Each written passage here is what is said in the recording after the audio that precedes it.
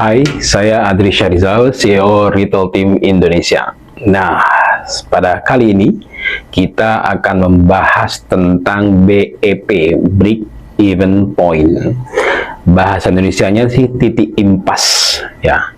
Bagaimana mencari titik impas? Nah, atau apa yang dimaksud dengan titik impas dalam bisnis minimarket? Ya, titik impas itu artinya adalah sederhananya saja adalah penjualan dikurangin HPP sama dengan laba bruto. Nah, laba bruto kita ini kemudian ketika dikurangi dengan biaya, dia impas. Contoh ya, misalkan omset kita 100 juta, kemudian HPP-nya 90 juta, dan laba brutonya adalah 10 juta.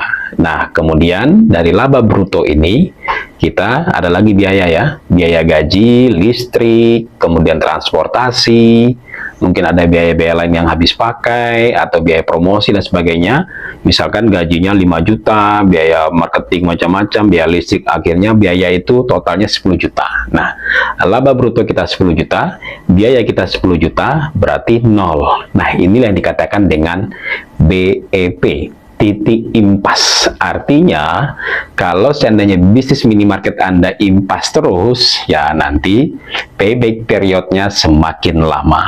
Nah, itulah yang dikatakan dengan BEP ya. Jadi BEP itu laba bruto dikurangin biaya, hasilnya 0. Nah, untuk bagaimana caranya agar kita mencapai bisnis kita ini bisa mengembalikan modal lebih cepat atau lebih lama, kemarin kita sudah ulas tentang kembali modal ya.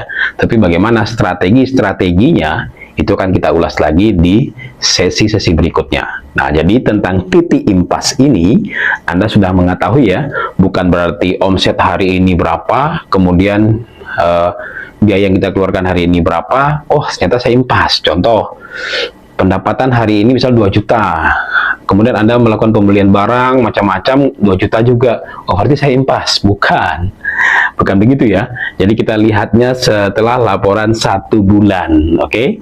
Nah, jadi setelah 1 bulan kita lihat pendapatan kita berapa, laba bruto kita berapa, biaya kita berapa, 0. Nah, itu namanya titik impas.